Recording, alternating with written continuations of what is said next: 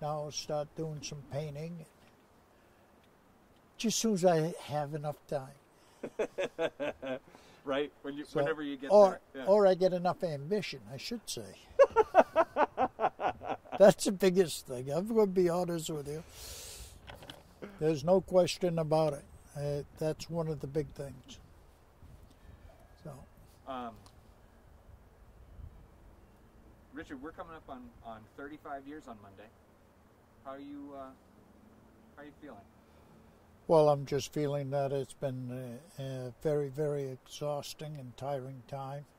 It's been very traumatic for my family, definitely. I mean, we've looked for the past 35 years, we have searched for Kim and trying to find her and bring her home. I keep telling everybody that there's only one thing that matters to me, and that's bringing her home, nothing else.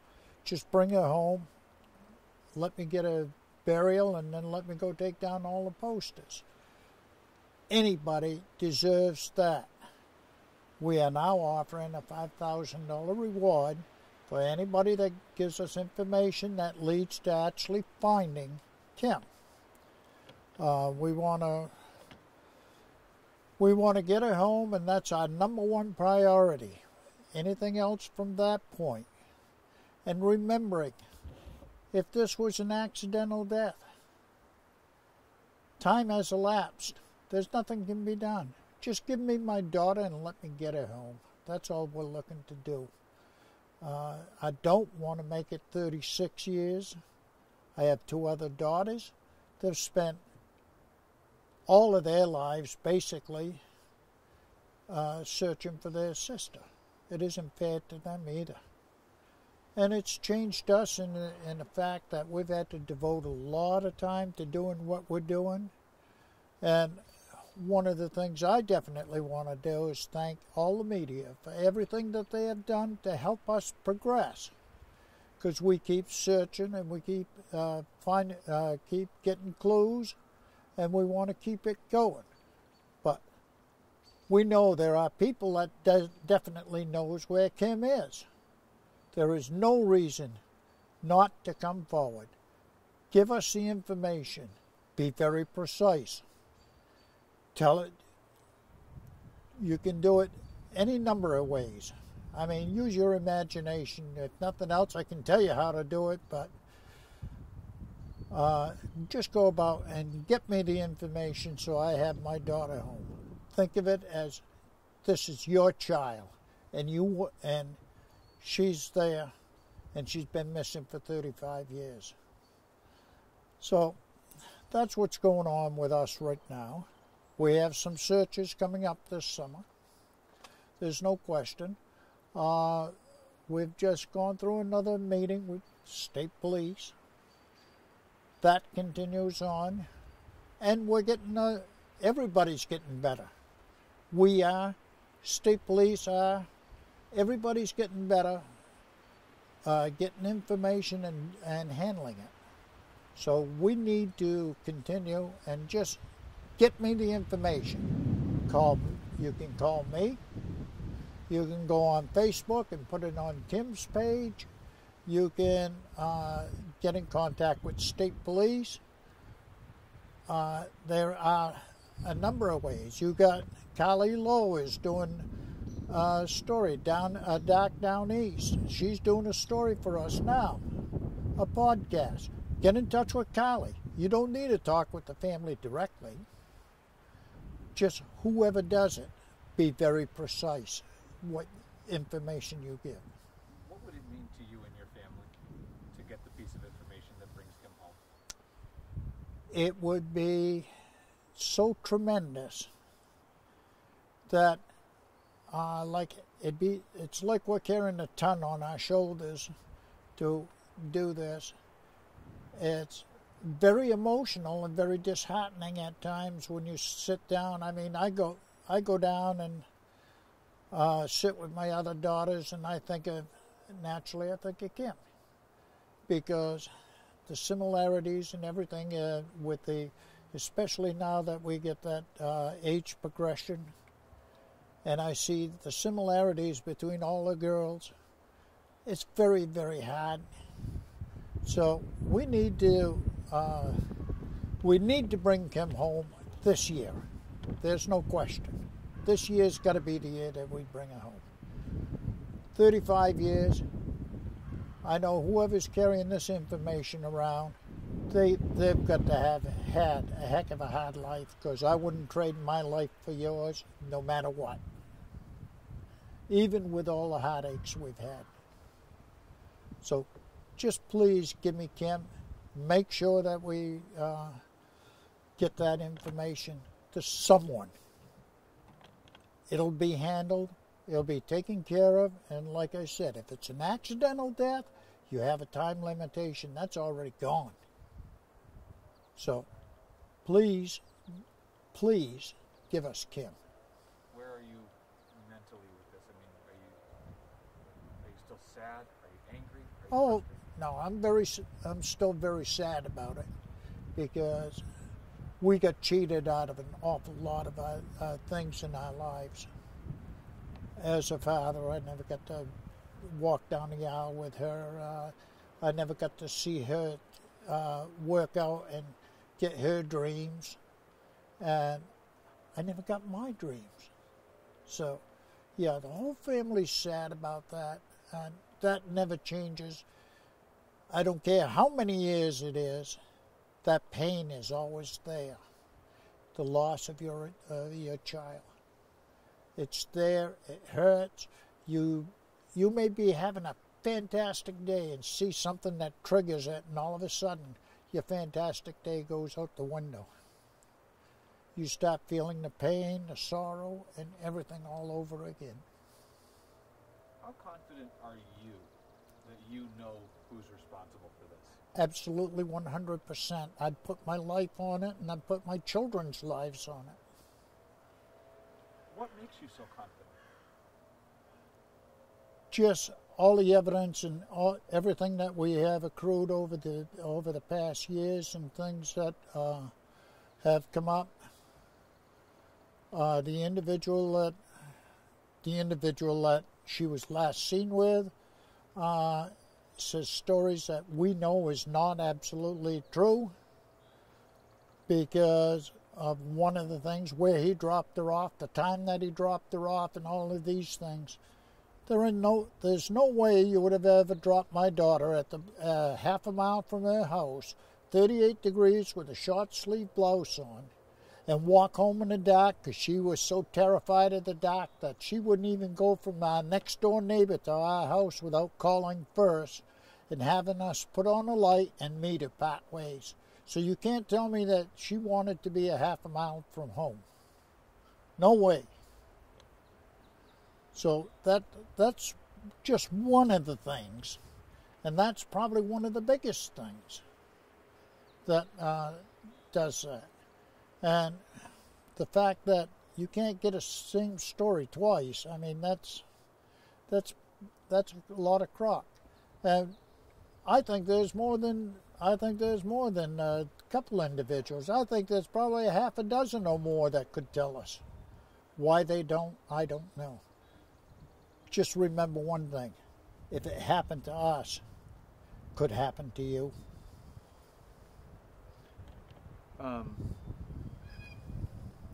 We're intending to try to share this as widely as possible, probably outside of the state of Maine.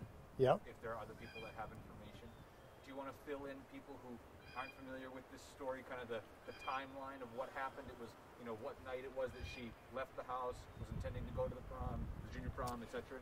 Yeah, Kim disappeared on May 10th, 1986. It was actually the day before Mother's Day. She had left the house. It was on May 9th. She was last seen at 20 minutes of 11 at the house, and her sister saw her. She told her she was going out and she was going to be gone for 1 hour. And she has never returned. So since then, we have spent 35 years searching for her. And we know there are individuals that can tell us exactly where she is. And that's all we want. Just tell me where she is. Let me go down to the cemetery. I have a stone there for her now. Let me go down there and see her. Let me just put her to rest side of her mother. That's all we're asking. Since then, we have spent countless hours, countless number of searches. We did a lot of personal searches at first, and we have done many searches with using state police, dogs, and so forth on information we have received. And that brings us up to where we are right now. We are planning on doing more searches this summer. We have some more information. But like everything, I can't go and search 15 places. We only have a few people that's working with us. We need accurate information. We will prioritize it. I'm not telling you that if you give me a piece of information today, it won't get searched. I'm telling you it'll go on a list with everything else that we have. Who was, for the people who aren't familiar, who was she last seen with? She was seen with Brian Edmonds and Darren Jodry from Canton, Maine. That was the last, and Rhonda Britton. Unfortunately, Rhonda Britton was in a hit-and-run accident when she was out in California, and she's now deceased. But the other two individuals are still there. One lives in Canton, the other one lives in Mexico, Maine. Have police, you just met with police last week. I had another meeting with state police detectives last Friday to go over information that we have and to set up a plan of things that we have got to accomplish while the weather is good, because living in the state of Maine, everything is done according to what the weather allows you to do. And you have a very small window. It seems like, okay, we're in the month of May. Seems like it's a long ways. You'll be surprised how fast that goes by. And unless you prioritize things, nothing gets done. And you have a couple of searches coming up. You told me about some that we don't need to discuss them on camera necessarily. We know of 3. There is at least 3 searches that we have right now that we're going to be doing. We haven't prioritized in the order we're going to do them, but we are going to be doing them this summer. In fact, they're started now. Right today? There's things that's being put together in order to make to assure that we can turn around and get things done. The number one thing that we do is safety for everybody. Number 2 thing that we do not go on anybody's property unless we talk with the landowners and get their permission. We still have some unfinished business in Livermore. We never was able to complete that, and that was due to landowner preferred we did not go on his property. Was that the slab you guys have been digging up like 2 years ago? No, not that one, but that was the mine that we had gone at. What's the last thing? Have you been told what Darren and Brian last told police about this? Brian has 3 different stories, and according to Darren, he didn't even know who the heck Kim was, although they spent the entire day together. That was that day that it was the 9th, right? It was on the 9th. It was on the 9th. It was junior prom night, the day before Mother's Day. Right. Darren had just got a new car, was riding, and they were. Brian was chauffeuring him around in that new car. It had 10-day plates on it, and they turned around and Darren at the time was going out with Rhonda Britton, and that's how they come riding through town. The girls were down by the park in Livermore Falls, and they seen them. They stopped, picked them up, and they went riding around all day. And as far as we know, and that was on Mother's Day, the 10th. No, that was on the 9th. Okay, so then what's the 10:20 in the The morning? they say that she disappeared because we could account for her at 5 minutes after 11 at night. Yeah. Beyond that, With them. She was with them. Right. And then he dropped her off the end of, half a mile away from the house. supposedly. Supposedly. Right. But he also said that he dropped her in 2 other places at different times. One's at midnight, one's at midnight, one's at 1 o'clock in the morning, one's at 3 o'clock in the morning. Which one are you going to believe? This one isn't adding up to you. It doesn't add up. I mean, number one, if you didn't do anything, why would you not want to get that out? And because you got to look at it that her friend Rhonda, who said that she just barely knew her after this all happened, was at my house almost every doggone day, or Kim was at her house. How can you say that you just barely knew her? And the other two, well, one claims, oh, that's her name, and the other one, he just turns around and kind of shrugs his shoulders. Sorry, I don't buy the story, and you'll never sell me that story. And the fact, like I said, she was afraid of the dark and telling me you dropped a half mile from home at 38 degrees with a short sleeve shirt on, that doesn't add up either. So let me ask you this. How do you feel state police are doing handling this case? Well, I think that, unfortunately, with so many cases going on, active cases going on right now, they haven't got enough time to devote to it. I honestly think that we have had detectives that have tried their best to bring this to an end. I mean, we've had Mark Lopez, we've had Richard Pickett, we've had Jeff Love, we've had a number of people. We've had Randy, we now have Larry Rose is handling the case right now. I think these people truly do care, but they haven't got the time that it's necessary. When you're looking at a 35-year-old case, that takes a lot of time to sort through things and get things done. I'm saying that one of the things that we got to start looking at in the state, because there are so many people missing or unsolved cases, is that we allow people that's been in law enforcement and retired to come in and assist, because there are enough people that want to do this.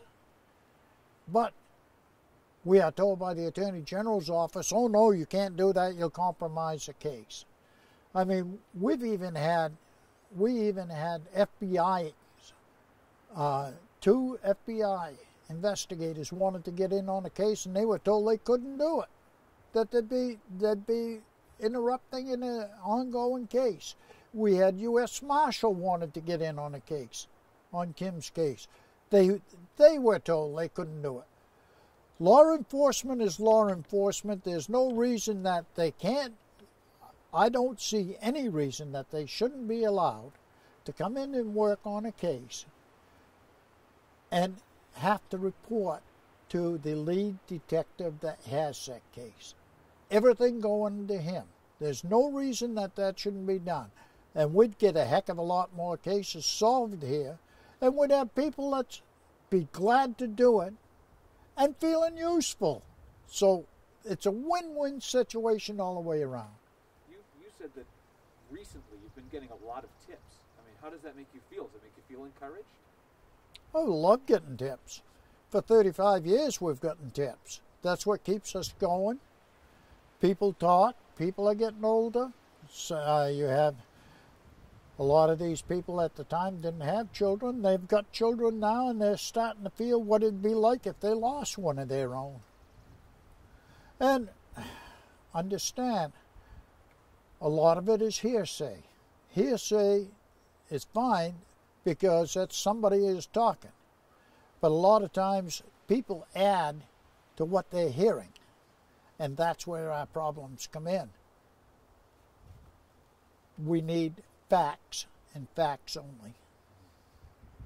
So give us the information. we need an individual that comes out and says, yes, I was there that night. Here's what I saw, and this is what went on. You give me that, now I've got something to work with.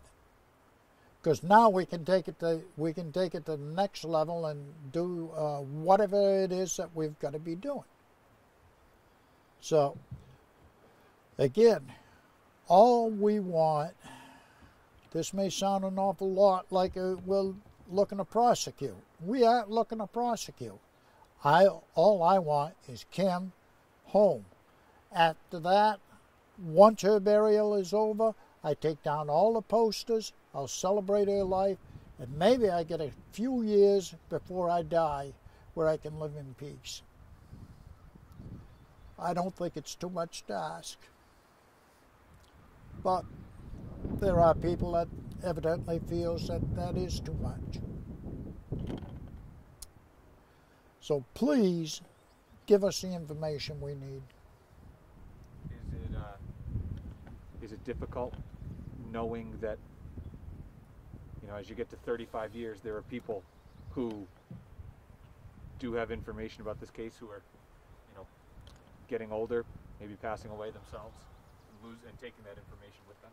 Yes, that is, because the longer the case goes, the less likely you are to find her and bring her home.